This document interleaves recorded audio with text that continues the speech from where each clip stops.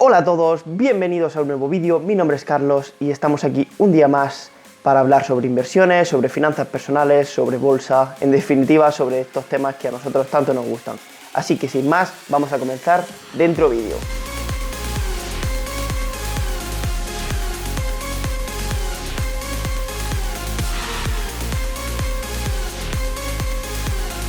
En el vídeo de hoy vamos a hablar sobre por qué el S&P 500 no para de subir, por qué el mercado de Estados Unidos sigue subiendo cuando el mundo lleva cerrado 2 meses, aún sigue prácticamente cerrado, están empezando a abrir algunos restaurantes, algunos negocios, todavía más pequeños, no estamos empezando a hablar de negocios tan grandes como parques, como cruceros, temas de vacaciones, turismo, todo esto sigue aún un poco más cerrado, todavía con medidas bastante más restrictivas. Pero ya hemos empezado a ver cómo este desconfinamiento va comenzando, no solo en España, sino a lo largo de todo el mundo. ¿El problema cuál es? Hemos visto que muchísimas empresas han reducido drásticamente, incluso eliminado todos sus ingresos, mientras seguían teniendo gastos, ya sea parciales o incluso el mismo número de gastos, el mismo nivel de gastos que tenían anteriormente. Y en este periodo de tiempo, el mercado sufrió una bajada de casi más de un 40%, sin embargo, vemos que ha recuperado casi todo lo perdido y la cuestión que nos asalta a muchos inversores es ¿por qué está subiendo el mercado cuando el mundo está cerrado, cuando los bancos centrales no paran de emitir más dinero, de imprimir y al final está generando un entorno que hay personas que están hablando de que puede ser incluso peor que la crisis de 1929, personas que piensan que no va a ser tan grave?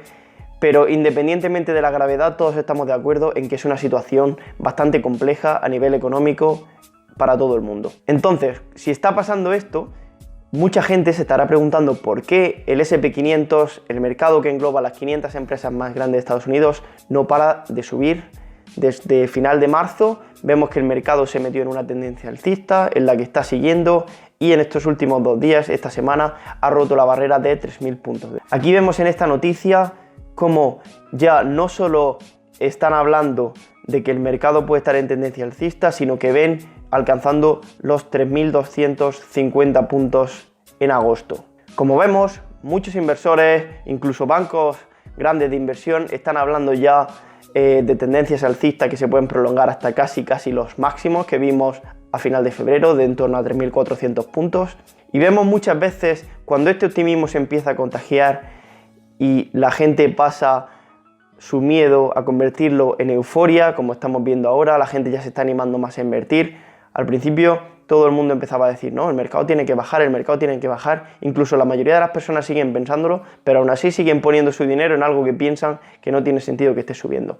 Entonces vamos a decir la principal razón por la que está subiendo. Seguro que hay personas que estén un poco más puestas, que controlen un poco más del tema y sepan esta razón, pero la mayoría de las personas no lo saben, y es que hay 6 empresas que son lo que se conocen como las FANG.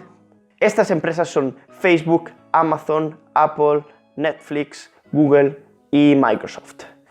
Estas 6 empresas componen casi el 25% de todo el índice de S&P 500. Es decir, de 500 empresas hay 6 que componen casi una cuarta, quinta parte de todo el peso del índice. ¿Qué sucede con este tipo de negocios? Son negocios que al poder trabajar muchas personas en casa de su ordenador, al haber contratado servicios como puede ser Netflix para entretenerse durante esta cuarentena, no es solo que no hayan perdido dinero, sino que encima han aumentado sus ingresos.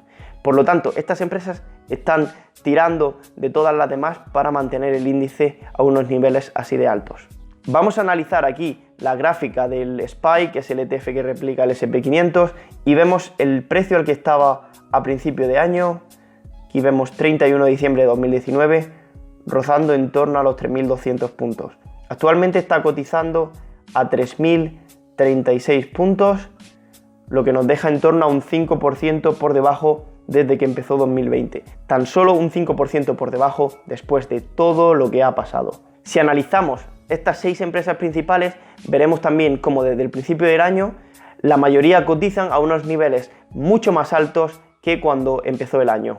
Vemos, por ejemplo, Apple en primer lugar, Cuando comenzó el año cotizaba en torno a unos 290 dólares. Vemos ahora que se sitúa por la zona de en torno a los 320 dólares, lo cual le deja una subida del 7,86%. Seguimos con Facebook. Cuando comenzó el año cotizaba ligeramente por encima de los 200 dólares y esta semana ha alcanzado sus máximos históricos de 240 dólares y lleva una subida de más del 13% en lo que va de año. Netflix, vemos la gran subida que ha tenido, cotizaba en torno a los 320 dólares al empezar el año. En la última semana llegó a alcanzar sus máximos históricos cerca de los 460 dólares y ahora mismo está en los 420, lo que le deja una subida del 28,19% en lo que va de año. Siguiente que tenemos es Google. Google vemos que empezó el año en torno a los 1.340, 1.350 dólares, actualmente está en 1.420, lo que le deja una subida del 6,12%. Microsoft, vemos cómo comenzó el año en torno a los 155 dólares, llegó a alcanzar sus máximos en 190, no los ha recuperado aún. Esta empresa es de las pocas de estas 6 que no ha alcanzado sus máximos en estas últimas semanas. Sí que estuvo muy cerca y ahora mismo está cotizando a 181 dólares, lo cual le deja una subida del 15,14% en lo que va de año. Y por último, Amazon, vemos cómo empezó el año en la zona ligeramente por debajo de los 1.900 dólares, ha llegado a alcanzar máximos de más de 2.500, actualmente está a 2.410, lo que le deja una subida del 31,06%. Como vemos, estas empresas han experimentado grandes subidas en lo que va de año, sobre todo empresas como Netflix se han visto muy fortalecidas esta cuarentena, aumentando su número de suscriptores y por ello sus ingresos y sus beneficios. Aquí tenemos esta noticia como nos habla de estas empresas que son la base del mercado. Según podemos leer en esta noticia, vemos que estas empresas ocupan más del 20% de toda la capitalización del mercado, sin embargo, esto se ha doblado en los últimos años. Vemos esta gráfica como desde el año 2015 estas 6 empresas no formaban ni siquiera el 10%, en torno al 9% del índice, y vemos cómo ha ido aumentando hasta en 2020 superar el 20%.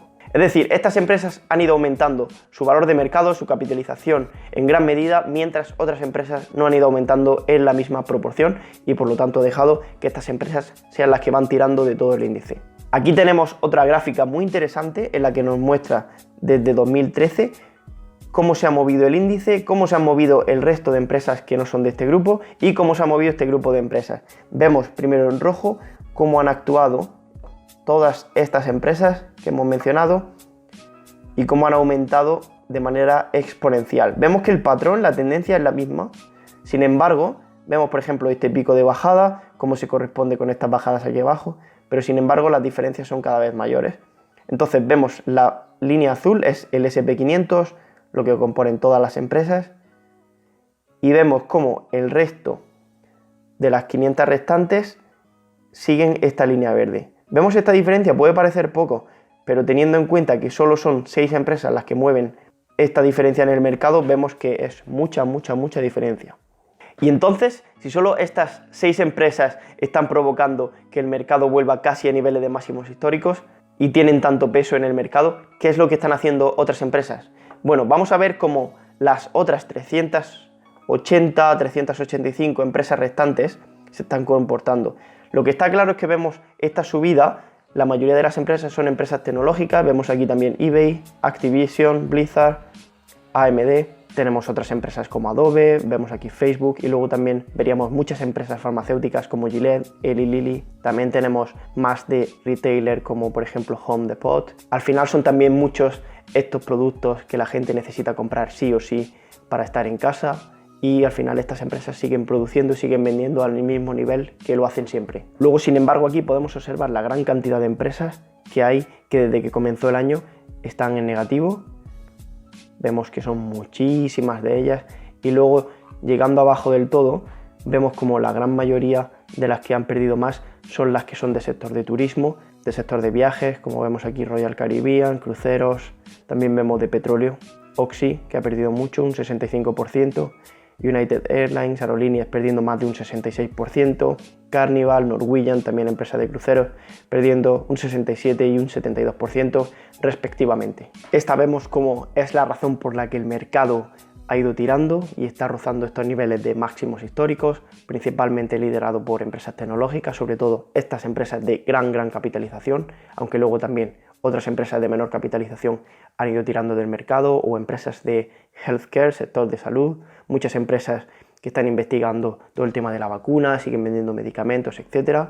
Y luego empresas como tipo Walmart o empresas de diferentes supermercados que siguen teniendo que vender tema de comida, productos al final que las personas utilizan en su día a día. Así que esto ha sido todo por hoy. Muchas gracias por haber visto este vídeo. Espero que os haya gustado, que os haya parecido interesante. Si os ha gustado, ya sabéis, no dudéis en pulsar ese botón de me gusta para el algoritmo de YouTube, suscribiros por aquí abajo y compartidlo con quien creáis que le puede ser de ayuda. Gracias por estar aquí un día más y nos vemos en el próximo vídeo.